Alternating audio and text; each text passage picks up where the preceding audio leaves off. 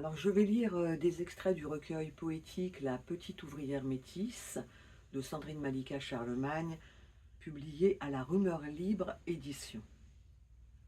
Boule de pain chaud, boule de pain dans la main, boule de pain cadeau, boule de pain rassasie la faim, boule de pain en guirlande, oui l'enfant en redemande, boule topaze impériale du jour, boule de pain, l'enfant rit, s'émerveille devant le four, des petites niches de la boulangerie.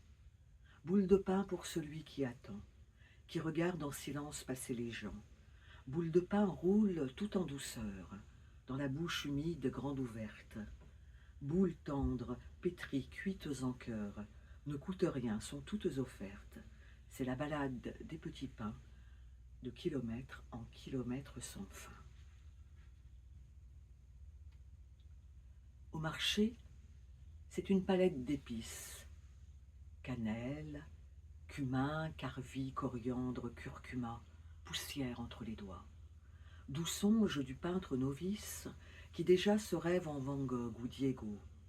Devant les échoppes aux portes délabrées, aux étals d'ustensiles tout en désordres organisés, un pauvre marché, si pauvre mais non moins aristocratique, son jardin suspendu en guirlandes de loupiotes électriques, ses visages sombres où respire la noblesse, comme la marque d'une très ancienne sagesse, l'atavisme des territoires mosabites.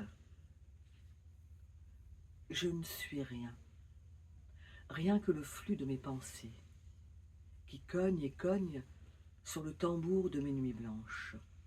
Je ne suis rien, si peu de choses sous l'astre éternel, mais dans la joie du clapotis des vagues, où flotte à l'horizon une mouette en solitaire. Je ne suis rien, sauf un puits de tristesse, devant la fureur des uns ou la cruauté des bêtes humaines. Si désarmé qu'il me fallut changer de cap, je ne suis rien, que les points de suspension de l'ultime adieu, rien que l'abysse, sans le son perdu de sa voix.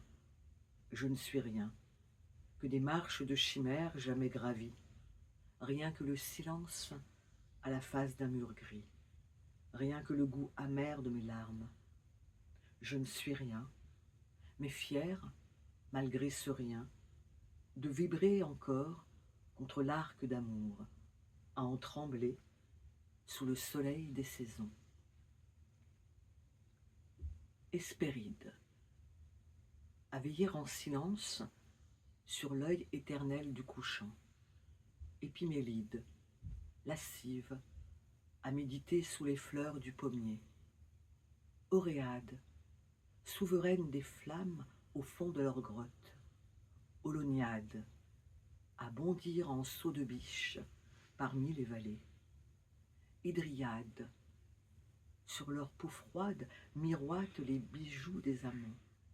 Océanide, ange tutélaire près d'un fleuve ou d'un lac, jamais d'un océan. Naïade, à danser éperdue, la danse des immortels. Héliade, elles ont tant et tant pleuré la mort de Phaéton, les belles. Iade, à faire crever les nuages jusqu'à la chute des pluies. Muse, serait neuf médiatrice entre Dieu et le poète. Ménade, à vénérer le culte de l'ivresse pour l'éternelle nuit de fête, et tourne sans fin la ronde des esprits.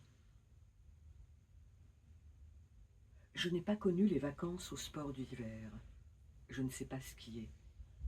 Je n'ai pas connu les cours de musique, les cours de danse, les cours de boxe, de judo, de karaté, encore moins les leçons d'équitation ou de tennis. Mais j'ai connu le rêve devant la fenêtre de ma chambre, qui donnait sur un grand mur d'où le ciel à peine s'entrevoyait.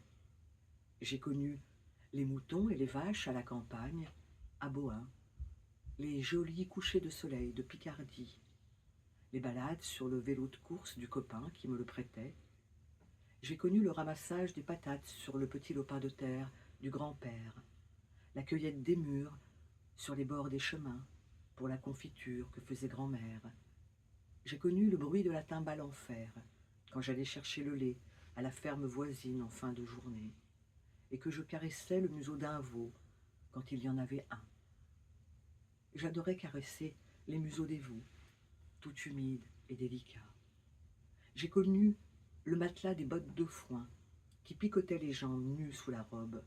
J'ai connu les arbres, pas leur nom, juste leurs branches, grimper dessus et voir ensuite depuis tout là-haut, comme c'était beau et grand, moi si petite.